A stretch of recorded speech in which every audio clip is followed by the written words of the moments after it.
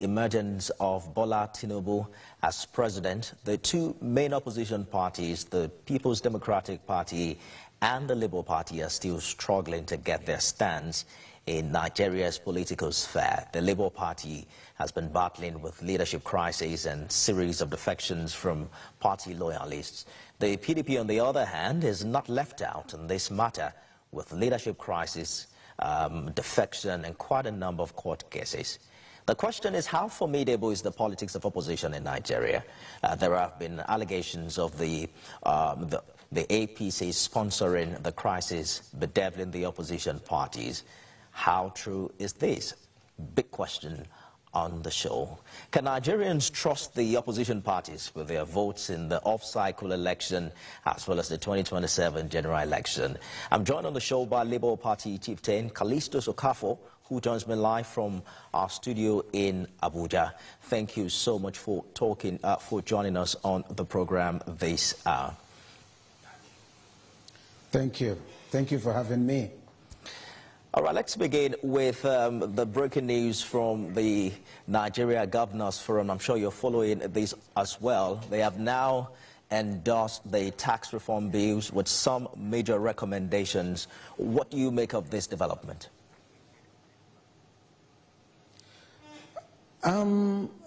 Honestly speaking, it's a welcome development because this is, I'm talking as a person, I'm not talking on behalf of Labour Party. I'm talking as Callistus Okafor. So what I want to say here is that it's a welcome development. It's good that governors have started seeing things the way it's supposed to be seen.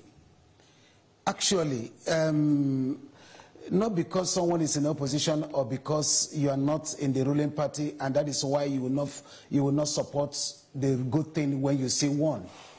The tax reform is a welcome development. It's something that Mr. President has, is Mr. President's initiative, and that is a very good initiative. It will make everybody to feel impact of this government. Let me talk about myself. Apart from being a politician, I am a businessman. When I look at the reform, the tax reform, I welcome it, and every businessman welcome it because it's on our favor. Take for instance, when you're a businessman and your income or your profit is not up to 50 million, you will not be paying taxes, you know. And this one is not that when monkey they walk, baboon they shop. So this thing is call it pay as you go. So for me, it's a welcome development. The governors has done pretty very well. So I commend them. Well, it comes with some major amendment, though. They're recommending some alteration to the value-added tax, 50% based on equity, 30% based on derivation, and 20% based on consumption. You don't think this alters anything, do you? You see, when we're talking about this reform, I want us to be realistic. I want us to see it the way it is. I know that some part of Nigerians, the way they're seeing it is not the way it is. Maybe they have not really sat down to look at this reform very well or read it very well and understand it. And I also employ them to, if you don't understand this, please tell your brother, call your friend who understands this to explain to you. All this amendment is just is for interests. People want their own region to get something meaningful. But the bone of the contention of this tax reform is the outcome of the tax reform. So for me, I believe that all these amendments the governors are making and these ones are making is to suit them. But if you ask me, I would say that we better stick to that which the federal government submitted to National Assembly. That is fair. That is fair, very, very fair. But I believe that Mr. President or the government, the federal government will do everything to come in a good relationship, in a good understanding with the governors to see it fly. But my take here is that tax reform is a welcome development. While the federal government is getting some form of support from the Nigeria's Government Forum in the area of tax reform, there is a back and forth and exchange of words between the federal government, the presidency really, and the Emirate of Kano. You heard the Emir of Kano saying that it is no longer going to help this administration. How are you reacting to this? Anyway, like I said, this is my own personal opinion. Let me talk about most of us who travel out there, who also listen. You see, America has just concluded their election. Immediately after election, the elected president is no longer a political party president. He becomes the country president. It means that at this point, everybody, if you know the one you can do, you can join hand to make it happen. Remember, you are not doing this for Mr. President. You're not doing this to APC. You are doing it for the nation. You are doing it for your country, for the masses. Honestly speaking, it breaks my heart for a man I respect so much, His Royal Majesty, Sanusi Mohammed, to say that he can't support Mr. President. For what? He's not supporting. I want to let us know that we're not supporting Mr. President. We want to support Nigeria. We want to see our country, the only country we call our own. We want to see it work. We want to see the policies, all the policies Mr. President bring. We want to see it work for the betterment of Nigerian masses, not for individuals. So for a man like him to make that statement, honestly, for me, it's not a welcome development. It's really, for me, I've seen it in a position of personal interest. But I'm seeing it as a man who has shifted his loyalty to somewhere else. It's all about loyalty. It's all about. It sounds a lot like. It sounds a lot like, if you don't support me, I won't support you. The Minister of Information calls it perceived antagonism, but perhaps it has to do with whether or not he's getting government support in holding on to the stool of power in Kano, in light of the legal tussle that he's faced with. But that is what it seems. If I were to be him, I won't make this public declaration. I won't say this publicly. I will put it in my heart. Me, as a person, I see it as that is exactly what it is. Because if federal government has supported him, you see he would have come out that day on Wednesday to sing the praises of federal government. But because maybe the federal government has not supported him, and that is why he is saying this. But why we should all condemn his statement is because this is an elder statesman. This is a first-class citizen of this country, a man who has held a position of central bank governor. Shouldn't have come out to say this. You see, and one thing with this government I see is that they try to bring in professionals. It doesn't matter, irrespective of your party affiliation or what you believe in. But because we are all Nigerians, because we are all fighting for a common goal, Sanusi Mohammed should be that one who's supposed to volunteer himself for what he knows and he will do better to help the federal government, to help the economy of this nation. But he decided to say this. So for me, I condemn that. It's not a work, for me as a Kalisu Sokaf, it's not a welcome development. It's a very selfish statement, honestly. Mr. Okafor, you're sounding very different this evening. The last time I checked, you were a member of the Labour Party. We're also following the gale of defection hitting your party. The last count, about 5 out of 35 members of the House of Representatives have now joined the All Progressives Congress. As at March 2023, Julius Abure could swear that that wasn't going to happen. It also sounds a lot like you are now in support of this administration. Is the Labour Party now the new APC? You see what I'm talking about, because and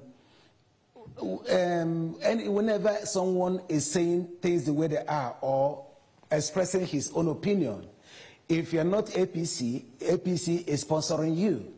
Before, everything and everywhere was fighting for my position. As a deputy national chairman who's supposed to take over from the late chairman, what I heard everywhere is that APC was sponsoring me. You know, it's really disheartening to hear this kind of thing from people. This is our government, like I said before. The moment after election, the next thing to do is the president-elect is the president of the Federal Republic of Nigeria. It's not the president of APC. It's not the president of any other. So whatever we can do or we can say to support the government, you say it and do it. I hear you, Mr. Okafor, and I understand your position. It sounds accurate as well. But some would say you went to the Supreme Court, you know, to claim the chairmanship seat. You know, what your detractors are saying is perhaps because you did not get that position, that is why you have turned around to support the incumbent government. How do you react to that? Well, that is funny. And who says that I am done in Supreme Court? Who says so? Who says I'm done in Supreme Court? You see, I am a man who respects the rule of law. If a competent court says that Abure is a national chairman of Labour Party, as a good citizen, I have to respect the rule of law and wait until another court says otherwise. So this is not all about because I have lost out. I have not lost out in Supreme Court because I'm in Supreme Court. So I don't want to talk about that. All I'm trying to say here is the affairs of the nation, not affairs of political party. And again, when you talk about people defecting from Labour Party to another, I read in newspapers, I read in social medias where Abure is going up and down. They said, according to them, that's what I read in social media. I don't know how true it is, that they have gone to the floor of the House to serve those people who are defected. You see, if Nigerians, if a PDP man deferred to APC, or APC man deferred to PDP, or vice versa, how they have been doing it, it's like it become a normal. It become everyday thing. Labour Party own won't be different. Don't forget that the reason they defeated because of this quarrels, because of this fight, because of the leadership crisis, because of legislative tussle. But what the Labour Party is saying under Abure, Mr. Okafor, is that as we speak, there is no significant division within the party. You just mentioned yourself that the court is in favor of the Abure leadership, and they are contesting that provision of Section 68 and I think Section 109 of the Constitution that gives room for defection of members of the House. Okay, what you will ask yourself now, if all of us were in court, Abure was given, court had declared Abure and the chairman of Labour Party, and other people has gone to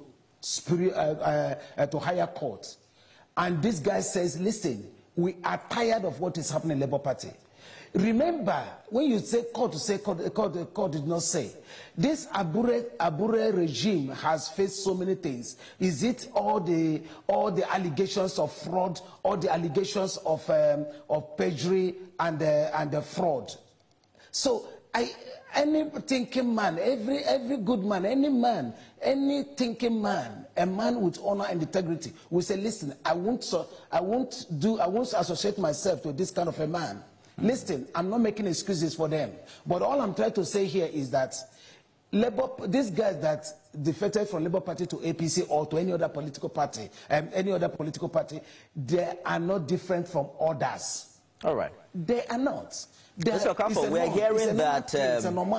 we're hearing that a faction of the obedient movement are now about to exit the Labour Party in favor of another party. What implication does that have on your party going forward? I want to put it clear that I am not a member of Obedient. I'm a Labour Party chieftain. And when you ask the Obedient, they will tell you they are not members of Labour Party. They are just a movement that felt they would support His Excellency Peter Obi, and they came with him. So if fraction of them say they want to leave, like I said, it's a normal in this country where people are in this party today, tomorrow they're in that party, tomorrow in that party. So I don't have any problem with that at all. But I thought that they have common public. I thought it was the Obedient movement that gave life to Labour Party. Some would say, what is Labour Party without the Obedient group in terms of the popularity it garnered during the 2023 elections? Yes and no. Yes and no. Labour Party became number 2 now. Okay, number 3. When you talk about APC 1, PDP 2, Labour Party 3, because of Obedience. But remember, there was a time in this country where Labour Party was number 4. When Mimiko was our governor, if you recall, we have how many senators? We have many House of Reps in the seat. The former deputy senator, distinguished Senator Omagege, do you recall that he came from Labour Party, who also defected to APC? So, you see, those people that are saying this are people who doesn't know the history of Labour Party. Mr. Kafo, the truth of the matter is that... Yes. We are really running out of time now, but I just want to get your thoughts on this. You know, we saw a meeting between Peter Obi and the former Vice President Atiku Abubakar, and, you know, the rumors are rife that we probably might be seeing a merger. Are you concerned that if Peter Obi leaves your party today, Labour Party will leave that number 3 spot back to where it was before now? You see, this merger can never be between Labour Party and PDP or this or that. His Excellency, Mr. Peter Obi, has the right. Everybody in this country has the right, constitutional right, to emerge, to align with anybody he wants to. So I don't want to speak about people of like minds who want to do their thing. But I want to assure you, let me tell you, I am Labour Party chieftain till we speak. But all I want to let you know is that I'm a man who believes in following what is good, following the right thing. For me, for today, I would say that it's come 2027 election. All right. With what is happening in Labour Party, what happened in the PDP, these two parties with all this crisis cannot fight APC. That is the truth. Kafo, that is the truth. We have completely run out of time. We'll continue this conversation. Callistus Okafor is former deputy chairman of the Labour Party.